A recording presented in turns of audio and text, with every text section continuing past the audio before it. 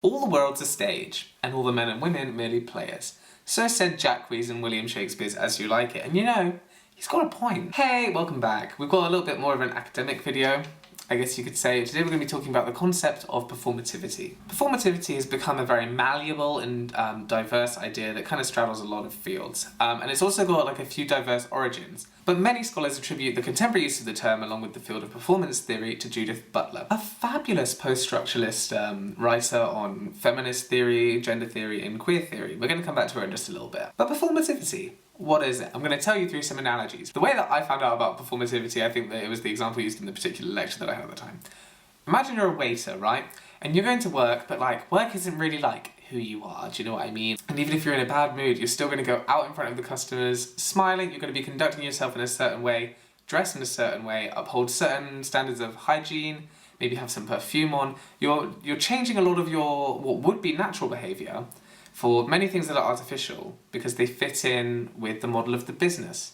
In doing so, you both perform what people expect from the service industry, what your employer expects from you, and the meaning or reputation of the business as a whole. The way you talk to customers and the language you use with them to perhaps be more polite, the clothes that you choose to wear, maybe perhaps you've even got like a brand stuck to your very own body. All of these things come together to make you part of like this kind of like brand or expected meaning that takes a concerted effort and labour to be part of, but that isn't particularly unusual. I think that was a good example, it made sense in my head, but what we can definitely broadly say is that performativity deals with the physical or sensational, and by sensational I mean like audio, visual, smell, etc. enactment of societal values, which largely pertains to questions of identity. So let's go back to the theorist herself. How does this relate to Judith Butler and ideas about gender? One of Butler's key ideas was and is that gender is not something that you are. Gender is not something that one is. Gender is something that one does. Gender is nonetheless still both a conscious and a subconscious choice of enactment. How far do you want to go to fit in with those meanings, those binaries? The acts of many people of covering themselves in makeup or the clothes that they wear are very aesthetic choices that pertain to either femininity or masculinity.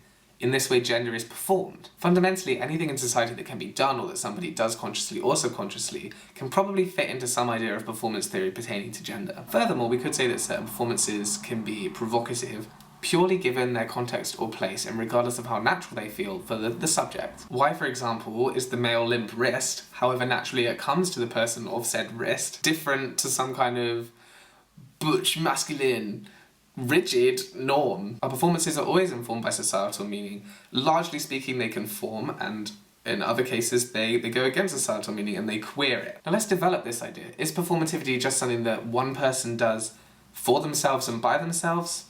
Probably not. Many scholars have argued that there's also a gaze, an expectation from the person looking on at the performer, of course they're performers themselves, but looking on at a performer and reading meaning that they already had preconceived in their mind onto that body. To what extent can ideas like drag claim to break down gender and like destroy binaries, when a lot of people, especially in this age where drag is increasingly more popular and commercial, a lot of people just go in to see like a man dressed as a woman. Now in other academic fields we've also seen an appropriation of the term performativity. And what holds strong about many interpretations of performance theory is this idea that societal meanings are given a certain power and that these are enacted in either coercive or subconscious ways. Consider for yourself the ways that the nation might be performed, not just through like personal acts and societal rituals, but also through mundane reproductions. Think about architecture or cafe culture. The popularity of flying the American flag in schools and outside homes in America is a way that nationality is performed in the built environment in a completely banal way. In what ways might race be performed? Or rather the question might be,